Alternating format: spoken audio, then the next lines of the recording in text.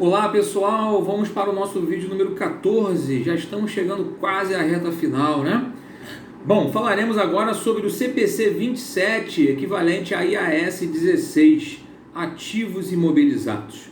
Bom, gente, a gente sabe que os ativos imobilizados são muito importantes para a empresa também, né? Eles normalmente não se destinam à venda, não que eles não possam ser vendidos, mas eles se destinam a serem utilizados, né, na atividade fim da empresa, né, de forma direta ou de forma indireta. A norma ela não tem a pretensão de elencar quais são os ativos que devem ser contabilizados como imobilizados, né? Ela cria aqui as condições para que você possa reconhecer contabilmente, mensurar e depois fazer aí os seus devidos ajustes. Bom, primeiro passo é o seguinte: do que se compõe o custo de um ativo imobilizado?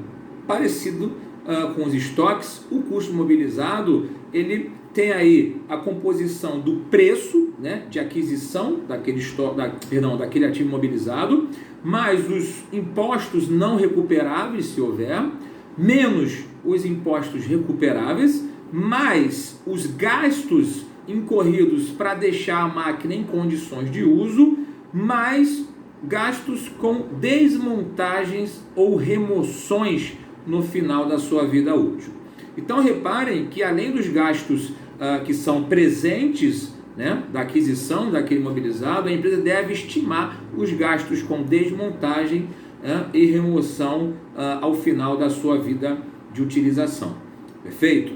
E cabe ressaltar que o ativo imobilizado ele deve, né, ser depreciado, né, e a depreciação desses ativos imobilizados devem seguir a vida útil estimada de cada maquinário. Ou seja, não é a questão de depreciação em relação à Receita Federal, nada disso. Ou seja, se a minha máquina ela vai ser consumida ou utilizada por 5 anos, a depreciação deverá ser feita através dos 5 anos.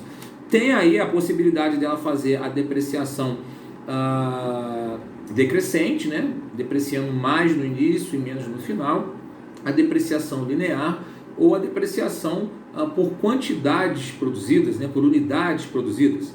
Ou seja, então a empresa fica muito à vontade para fazer a sua depreciação. Né? Por quê? Porque na verdade só a empresa sabe de fato a condição em que aquela máquina está operando e a contrapartida daquela máquina para aquela empresa, para que ela continue gerando caixa, né? De forma direta ou indireta. E o ativo imobilizado também sofre o teste de impairment, né, que nós comentamos anteriormente. Ou seja, então os imobilizados, além da depreciação, devem sofrer o teste de impairment, ou seja, o teste de redução ao valor recuperável de ativos. Ou seja, então o que significa isso? Olha, eu tenho o ativo que me custou R$100 mil, né? Depreciei ele em R$30 mil até aquele momento. Então, meu valor contábil líquido é de 70. É este 70 mil que deverá ser comparado, né, com o valor de recuperação daquele ativo imobilizado. Perfeito? Seja pelo uso ou seja pela venda. E cabe ressaltar também, em relação ainda à depreciação, né, que a depreciação ela inicia-se quando a empresa começa a utilizar aquele bem. Eu comprei há 6 meses atrás e não utilizei. A depreciação inicia-se com base no uso. Perfeito? Ok? Isso é muito importante ressaltar.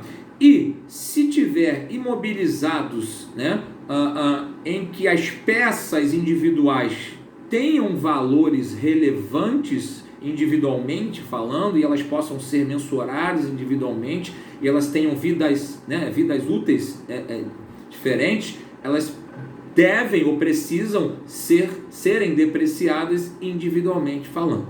Tá? Isso não é tão simples assim, né? Nem todo imobilizado tem essa característica, mas alguns tipos de imobilizados, né, tem aí peças, né, que são individualmente relevantes a nível de custo e tem vidas, né, úteis aí diferenciadas na verdade. E para fechar essa parte, em relação ainda à questão da depreciação, cabe ressaltar que manutenções periódicas que não afetem a vida útil daquele equipamento, daquele mobilizado, não afetam, né, a depreciação e nem seu valor de custo de ativo. Agora, se eu trocar uma peça, né, se eu substituir uma peça e esse custo me gerou um aumento na vida útil, na capacidade econômica daquele ativo mobilizado, esse custo de reposição ou de substituição deve ser incluído no ativo mobilizado. E, obviamente, eu vou ter que refazer aí os meus cálculos de depreciação. Maravilha aqui, gente? Então a gente fecha por aqui o assunto ativo mobilizado. Vão faltar apenas mais 2 assuntos aí de FRS. Falaremos sobre receitas, né, de contrato com clientes e instrumentos financeiros, que são 2 normas também super atualizadas. Grande abraço, não esqueçam de curtir, não esqueçam de compartilhar, não esqueçam de comentar para que os nossos vídeos tenham cada vez mais alcance. Grande abraço, vejo vocês em breve.